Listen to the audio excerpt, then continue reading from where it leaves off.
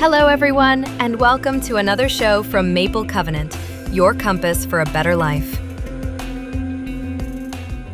All right, let's dive in. Today, we're kicking off a really special journey through James Clear's Atomic Habits.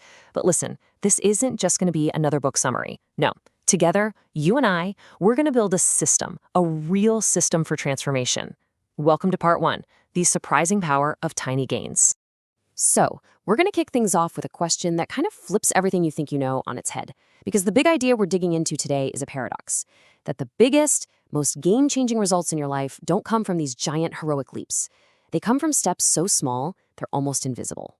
You know that feeling, right? You get this huge burst of motivation, and you decide, that's it, today's the day, I'm going to change everything. And that desire, it comes packed with this incredible pressure to do something huge, something earth-shattering. But here's the thing James Clear points out. This whole mindset, it's a trap. It sets the bar so high, it's almost impossible to clear. And when we go all out and we don't see those immediate, dramatic results, what happens? We burn out, we get discouraged, and we just slide right back to where we started. Sound familiar? I bet it does.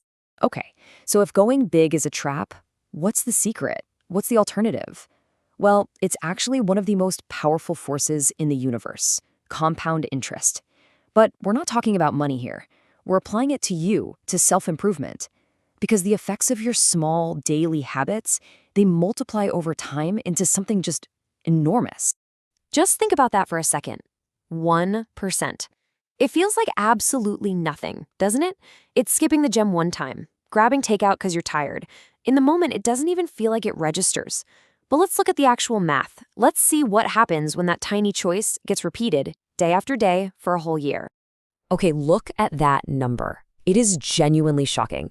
A few tiny 1% missteps, a bad choice here, a little excuse there, they don't just set you back a little, they compound. They literally erode everything until you're left with, well, pretty much zero. It's this slow, quiet fade to nothing. Okay, that's the scary part. That's the warning label. We've seen how devastating those tiny negative choices can be. But what happens when we flip the script? What kind of potential are we talking about when we make that same tiny, almost unnoticeable 1% improvement, day in and day out? Get ready for this. Nearly 38 times better. Not 38%, 38 times. This right here is the moment the light bulb goes on. The math does not lie. This shows you that those small, consistent efforts, they don't just add up. They multiply, they explode. This is where the magic happens. Now I get it. This idea can still feel a little up in the clouds. So let's bring it down to earth with a really powerful analogy that shows how a tiny change in direction leads to a wildly different destination. So picture this. You're on a plane flying from LA to New York City. Now, right at takeoff, the pilot adjusts the nose of the plane just 3.5 degrees south. You wouldn't even feel it. It's nothing. But you wouldn't land in New York, you'd end up in Washington, D.C.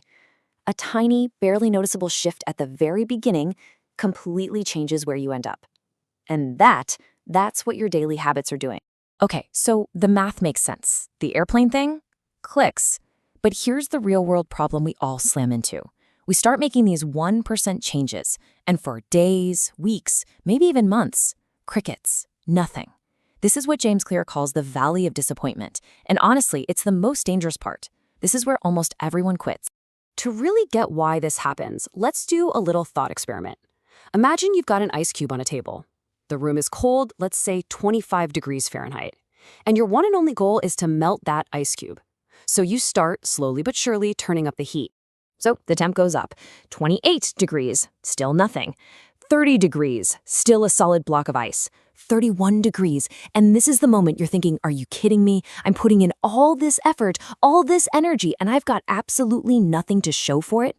That frustration, that's the valley of disappointment. That's the urge to just give up. And then the temperature hits 32 degrees. And just like that, a breakthrough. The change you've been working so hard for finally starts to happen. But here's the million-dollar question. Was it that one final degree that did all the work? No way, of course not. The real work was all the stored up energy from 25 all the way to 31 degrees. In that period where it feels like nothing is happening, That's what Clear calls the plateau of latent potential. Your work is never, ever wasted. It's just being stored.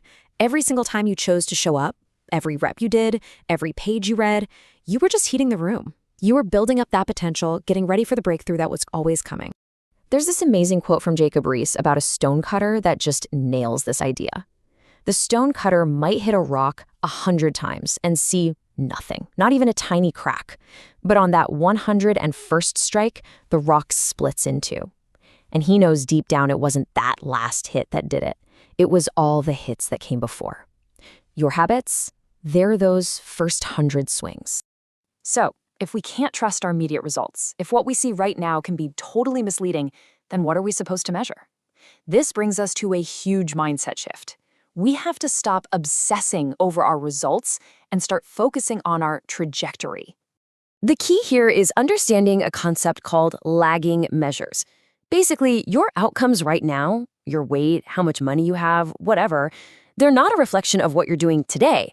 They're more like an echo, a shadow of the choices you've already made in the past.